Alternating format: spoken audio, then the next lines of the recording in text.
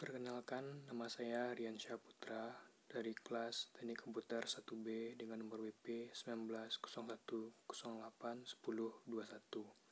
Di sini saya akan menjelaskan tentang manajemen memori, pertemuan yang ke-11. Pengertian manajemen memori. Memori adalah salah satu pusat kegiatan pada sebuah komputer, karena setiap proses yang dieksekusi harus berada memori terlebih dahulu. Setiap operasi bertugas untuk mengatur penggunaan memori untuk banyak proses. Sebelum masuk ke memori, suatu proses harus menunggu dalam antrian, yang antrian ini disebut dengan input queue atau long-term schedule.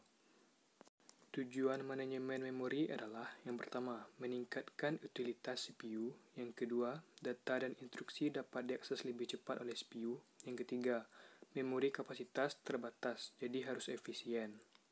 Istilah-istilah yang terdapat dalam manajemen memori. Yang pertama itu, main memory dan register adalah satu-satunya storage yang dapat diakses secara langsung oleh CPU. Yang kedua, protection adalah diperlukan untuk menjamin operasi-operasi memori sesuai dan tepat. Yang ketiga, relokasi adalah mengkonversi alamat logika program ke alamat logika fisik memori. Yang keempat, sharing, yaitu merupakan bagian dari memori logika dapat dipakai secara bersama-sama. Address binding dan proteksi memori. Address binding adalah pemetaan alamat suatu variabel program ke alamat memori tertentu. Cara mengatasinya yang pertama, compile time. Pada saat program dikompil, penggunaan absolute code. Yang kedua, load time. Pada saat program dipanggil atau di-load menggunakan reloadable code. Yang ketiga, execution time. Pada saat program dijalankan. Proteksi memori dapat berarti melindungi data sistem operasi dari proses yang sedang dijalankan oleh pengguna komputer atau melindungi data suatu proses dari proses yang lainnya. Logical and physical address. Yang pertama, alamat logika adalah alamat yang dibentuk di CPU dan disebut juga dengan alamat virtual. Yang kedua, alamat fisik adalah alamat yang terlihat pada memori fisik untuk mengubah dari alamat logika ke alamat fisik. Diperlukan suatu perangkat keras yang bernama Memory Management Unit. Logical dan physical address sama pada compile time dan load time, tetapi berbeda pada execution time. Memory Management Unit, yaitu hardware yang memetakan alamat virtual ke alamat fisikal. Pada Memory Management Unit, nilai dalam relocation register ditambah ke setiap address yang generate oleh sebuah proses pada saat dia dikirim ke memori fisik. User program deal with logical address. Dynamic loading, memanggil routine yang diperlukan saja pada memori atau on load time. Yang kedua, tidak memerlukan bantuan sistem operasi. Yang ketiga, better memory space utilization. Yang keempat, sangat berguna jika menangani banyak kode yang jarang diakses.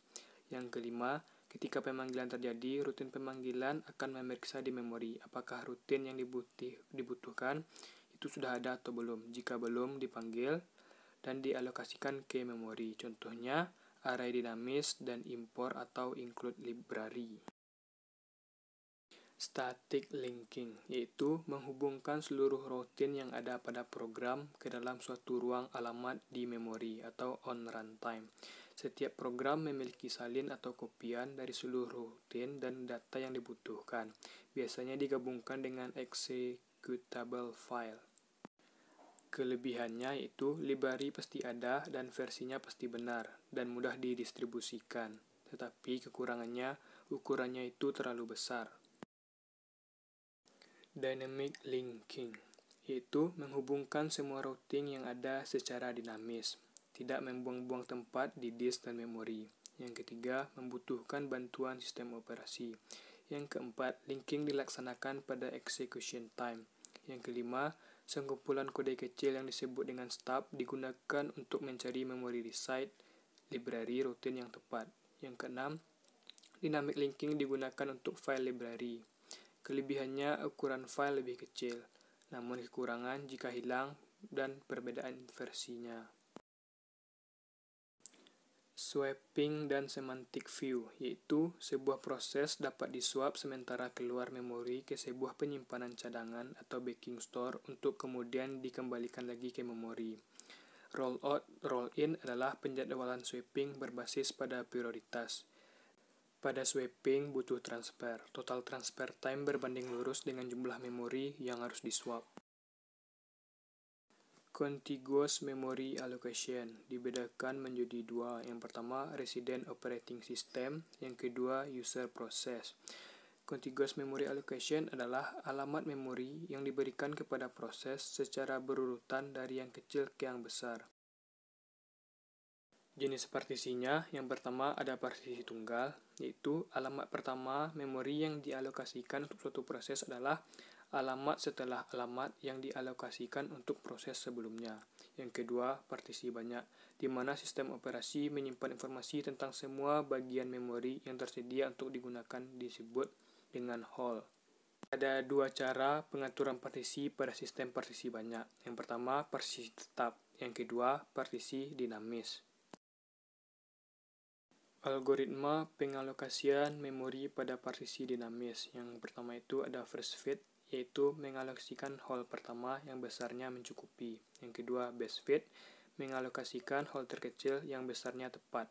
Next fit, yaitu mengalokasikan whole pertama yang besarnya mencukupi. Yang keempat, worst fit, mengalokasikan whole terbesar yang tersedia. Fragmentasi. Fragmentasi adalah munculnya whole-whole yang tidak cukup besar untuk menampung permintaan dari proses. Dia terbagi dua. Yang pertama, fragmentasi eksternal, apabila fragmen berupa whole yang berukuran kecil dan tidak berurutan. Yang kedua, fragmentasi internal, apabila terdapat di dalam blok memori yang sudah dialokasikan secara statis.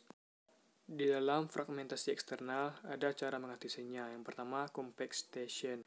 Solusi lainnya yaitu pegging dan segmentasi. Pegging atau penghalamanan, yaitu suatu metode yang memungkinkan suatu alamat memori fisik tidak berurutan letaknya. Memori logik dibagi menjadi blok-blok yang ukurannya tetap dan yang dinamakan dengan patch. Memori fisik dibagi juga menjadi blok-blok yang ukurannya tetap yang dinamakan dengan frame. Yang pertama yaitu patch. Alamat yang dihasilkan oleh CPU atau memori logik yang akan dibagi menjadi dua. Yang pertama, patch number, yang akan menjadi indeks dari patch tabel yang mengandung base address dari setiap alamat di memori fisik. Yang kedua, patch offset, akan digabungkan dengan base address untuk mendefinisikan alamat fisik memori yang sebenarnya. Yang kedua, frame. Frame adalah alamat fisik dibentuk dengan menggabungkan nomor frame atau F dengan offset atau D. Alamat memori fisik akan digabungkan menjadi nomor-nomor frame F yang nantinya akan dicocokkan sesuai dengan patch tabel. Kebutuhan frame akan sama dengan kebutuhan patch. Patch tabel dan share patch. Yang pertama, patch tabel. Sesuai rangkaiannya, array dari entries yang mempunyai indeks berupa nomor patch atau P. Setiap masukan terdiri dari bit valid atau invalid dan nomor patch P. Yang B, share patch. Pertama, share kode harus berada dalam lokasi yang sama dalam logical address space untuk seluruh proses. Yang kedua, private kode dan data. Alamat untuk private kode dan data dapat muncul dimanapun, tidak harus sama letaknya dalam logical address space. Keuntungan dan kerugian pegging. Jika kita membuat ukuran dari masing-masing patch besar, keuntungannya yaitu akses memori akan relatif lebih cepat. Kerugiannya, kemungkinan terjadi fragmentasi internal yang sangat besar.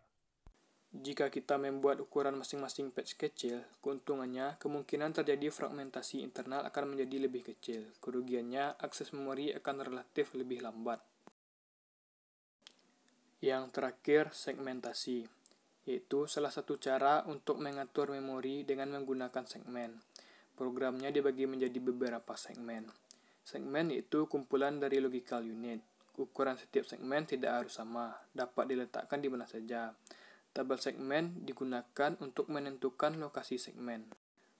Alamat logis dua dimensi terdiri dari panjang segmen atau limit dan alamat awal segmen berada pada base.